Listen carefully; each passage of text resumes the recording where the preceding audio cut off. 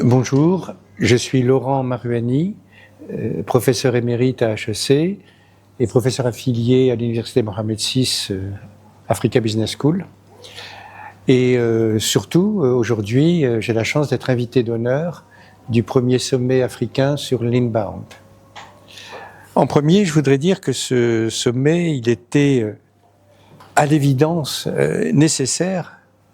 Il a été non seulement utile, mais a montré une grande ouverture sur le sujet. Donc, je suis ravi qu'il ait été monté, en particulier par Gian Roudias, qui a eu la gentillesse de m'inviter. Et j'ai écouté avec beaucoup d'intérêt les interventions, les tables rondes.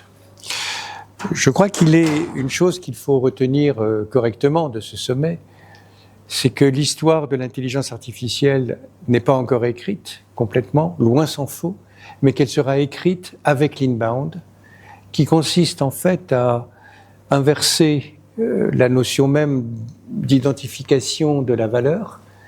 Au lieu que la valeur soit portée par un produit ou un service, ce qui est vrai, en fait, elle doit être acceptée et reconnue par un consommateur. Et c'est ce que l'inbound nous apporte, cette inversion de la vision. Et cela est une révolution dans l'entreprise. Les points clés que j'ai retenus de ce colloque sommet, c'est que nous vivons dans un monde assez complexe, avec beaucoup d'interactions, mais que la simplification par l'inbound et par l'intelligence artificielle ne sera pas visible. C'est son résultat qui sera visible. La simplification, elle se fait malgré nous par l'utilisation des algorithmes, des logiciels. Et il faut garder cette idée que l'inbound et l'intelligence artificielle ne doivent pas augmenter la complexité, mais au contraire en permettre la lecture. Le deuxième point, c'est que l'opposition entre ce qui est quantitatif, mesurable, avec des chiffres, des équations, des formules, et ce qui est qualitatif, les jugements, même la psychologie, l'opposition, la séparation entre les deux s'estompe avec l'intelligence artificielle qui peut traiter à la fois des données littéraires et des données mathématiques.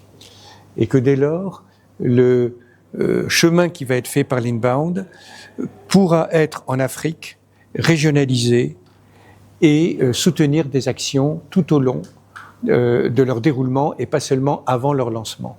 Cette concomitance va devenir un facteur essentiel de la réussite. Et puis le troisième point, c'est que l'inbound doit renforcer la proximité.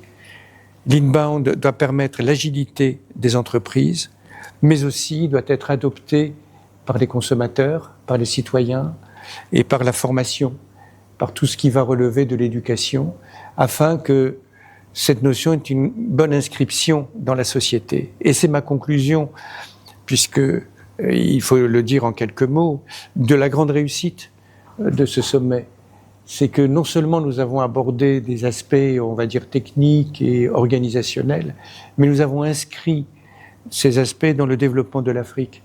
Un développement non pas d'une Afrique théorique, imaginaire, mais d'une Afrique réelle, avec des grandes différences régionales, avec des grandes différences entre les pays, avec des grandes différences sur l'accès à l'Internet, avec aussi des cultures qui peuvent varier. Mais c'est ça justement la force de la conjonction de l'inbound et de l'intelligence artificielle, c'est de pouvoir s'adresser à des très grands groupes jusqu'à un individu isolé, parce que l'observation reste de même nature et de même consistance. J'espère que le sommet numéro 2 sera aussi réussi que ce sommet numéro 1 et que nous aurons l'occasion de suivre ces évolutions très rapides de notre société à travers cet événement que je pense beaucoup de gens attendent dès maintenant pour les périodes à venir.